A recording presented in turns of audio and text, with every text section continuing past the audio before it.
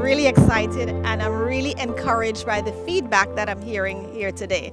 The level of interest, the satisfaction, the innovation I'm hearing, the new ideas, it's so exciting and such a positive thing for Grenada's cocoa industry.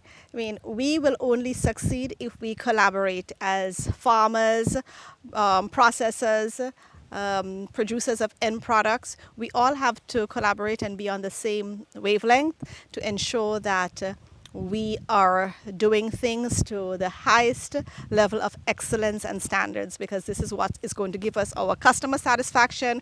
This is what will develop our brand as a successful Grenada brand, and of course for our sustainable development.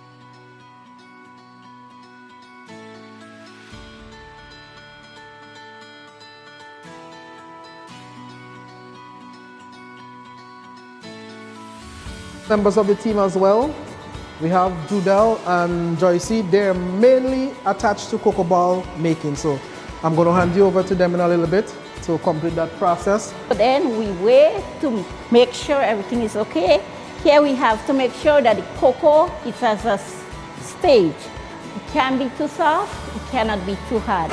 So then if we find it's too hard, we knead it so it gets a little soft. But right now it's a little soft. So then we wait, I roll, and then he do the final roll. He leave it like get a little hard, and then he roll it, put it in the mold, make sure it forms. We don't want no edge, nothing on it. Normally we just do 20 kg, which is 44 pounds. We do over 1,200 and something balls for a day.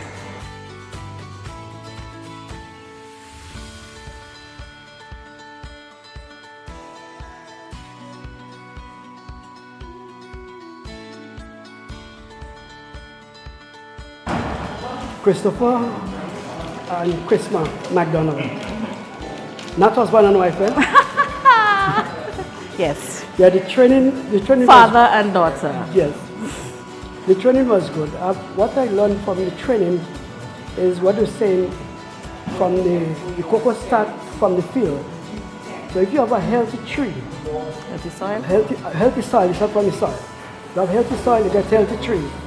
And from the healthy trees, you get healthy pot. And with that, if you have one set of bad seed to make cocoa, and you put that bad seed in the good ones, you will spoil the whole batch of cocoa. So what they used to say, one bad potato spoil the whole bag. Whole bag. So that is what I learned in the processing. So I think it was very, very good for people that want to make cocoa balls. And like that is what I learned from it. I think for me, because I'm pretty new, although my dad has done it for not centuries. His family has been in the cocoa business for centuries. And for me, it was more of trying to learn so that I can take it up, you know. When I take the bucket? Before I take the bucket, Dad. Yeah. And understanding the quality, I think for the training for me was really important, and it helped me understand, just as he said, the importance of the soil. And it also helped me appreciate the practices that he also has, because he doesn't use fertilizer. And I'm like, oh, so that's why the cocoa always is so rich and delicious. And for me, it's about maintaining that quality for centuries to come, so that my daughter and her daughter, maybe my son, you know, and the children to come could really experience the McDonald cocoa. You know, I could say this is the kind of cocoa tea we used to have when his mom used to give it to me.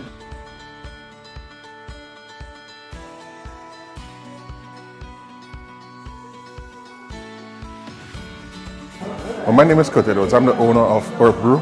It's a chocolate producing company. It's located in Old West Hall. Fairly new. Started around 2016. Presently, I have only 2 products on the market. Mostly drinking chocolate. 2 types, 90% with spices and 100% pure. You might see me in the market. You might see it in the market, and it looks kind of, how should I put it, foreign, because it's hard to see that it's local, because it's not. The packaging was well sorted, well done. So I'm really proud of that. It's good. It has been good to me. I'm grateful for this training because although it was mostly geared towards, from my perspective, to farmers, there's a lot of little things in it that will help me in going forward to better my product and my company. So I was very grateful for the invite to be here, and I look forward to more. I am Betty and Philip. I live at Hermitage, close to Belmont Estate, where we are at. I'm into the agro-processing business with doing cocoa balls, and I supply a vast variety of customers hungering for my cocoa balls. My cocoa goes to local homemakers. It extends to the Caribbean, Jamaica, Barbados, Trinidad. It even goes to England, Canada, and America as well. And whenever persons have to travel, they always come to me and ask me for my cocoa ball to sell. So I know it is. One of the things that was very outstanding to me, in as much as I would have keen interest to it, is to put the best cocoa bean into fermentation and you get the best result in a cocoa ball.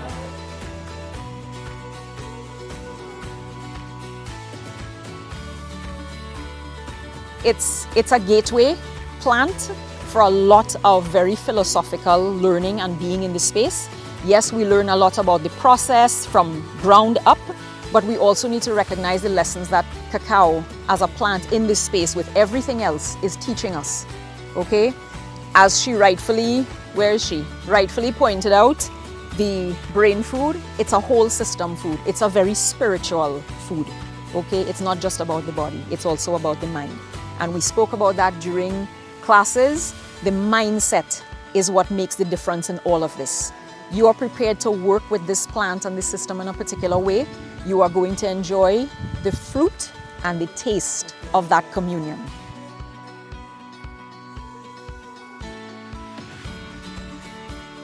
We're here to learn from each other, right? It's not only a training of sharing our knowledge from the experts and the facilitators, but we're here to learn from you what you're doing at your farm and how we can exchange these experiences.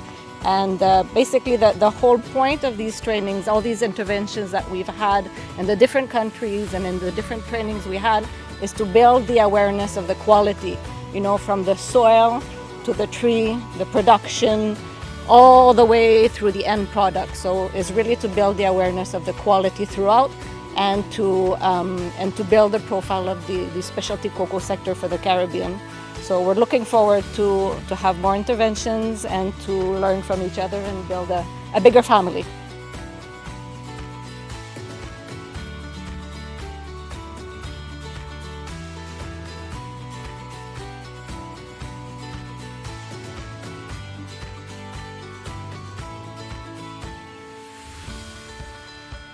There's a lot of bits and pieces like I do take away and try to come and attach to my way of work, which sometimes makes my job a bit easier.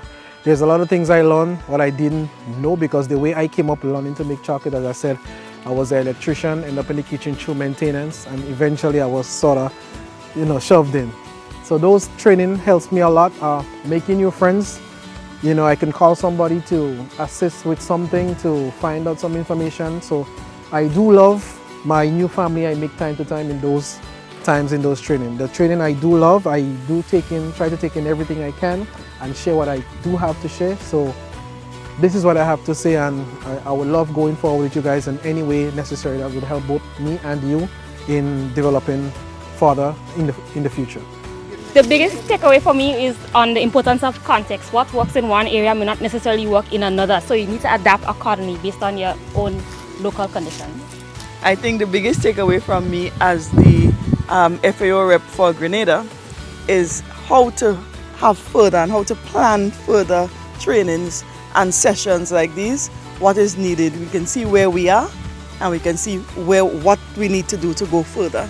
So that is part of the biggest takeaway, and of course meeting all these lovely people.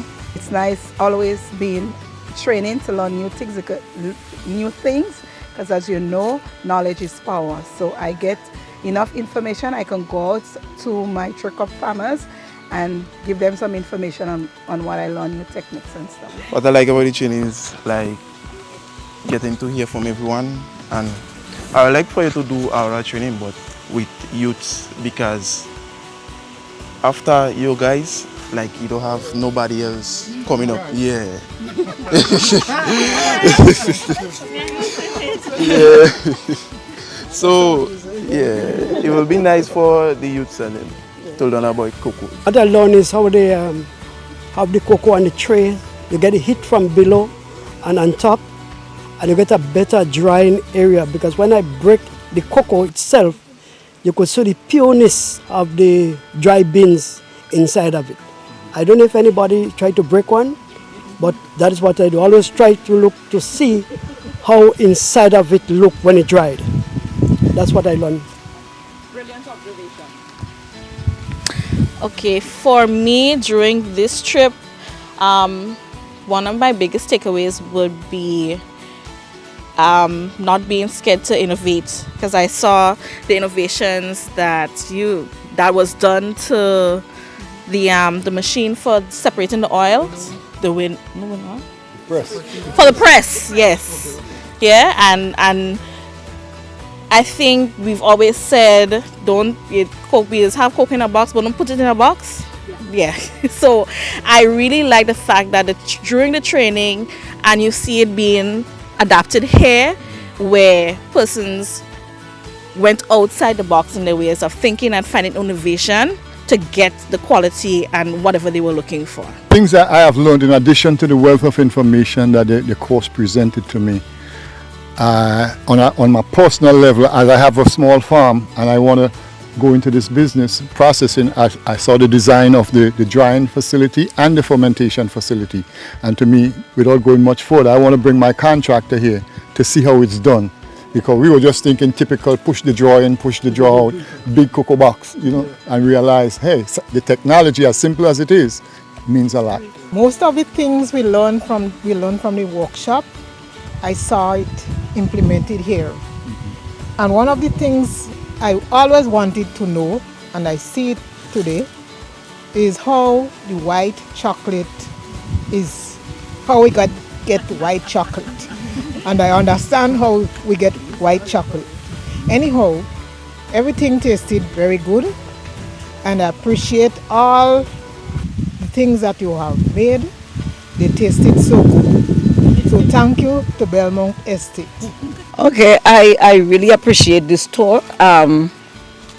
It's not a new place to me, but I've never get it. You ever been home and never know your backyard? Yes. Right. So even if I have worked extensively in the area, I've never really go into the details of what happened in here. And knowing that I do the cocoa, and also I'm a farmer, it's very enlightening to really see firsthand how things are done. I love the sanitation. I think what most of us maybe do, because we do things at home, we might be missing out on sanitation. We probably might be using the same bowl from our kitchen and the same. So, this is something I think we should implement, try to get all our equipment and utensils separate and make sure that it is used specifically for that purpose. And another thing is that being in a cocoa extract sense, the use of a refrigerator separate from where we store our vegetables and food. I just want to throw that because it come to me recently and I have invested in that. So I just said I think it's a good idea. But all in all, I want to thank Sarah and Anne and the Grenada coordinator for bringing that course home to us. I'm open to much more of it. I really want to do that as my next career. So I thank you guys.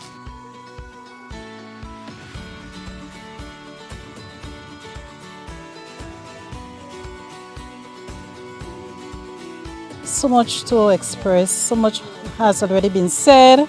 However, I would like to add to the list as my takeaway as to the white chocolates. Personally, I was like, how do you get white chocolate? When you say the word chocolate, you think of brown. But today I have learned that white chocolate was made from the cocoa fat and the milk and whatever is white. That's how you get white chocolate. And I'm very grateful for the tour. I had worked at Belmont Estate for a few years, but this was not into the making as yet, so it is my first time going through the chocolate making process, and I'm very, very happy for the tour.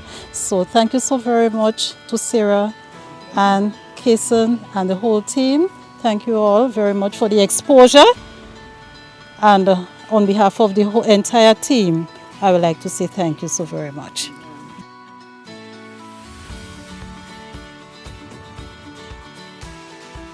What I've learned on the slide for the past 3 days, 2 days, I've seen it here.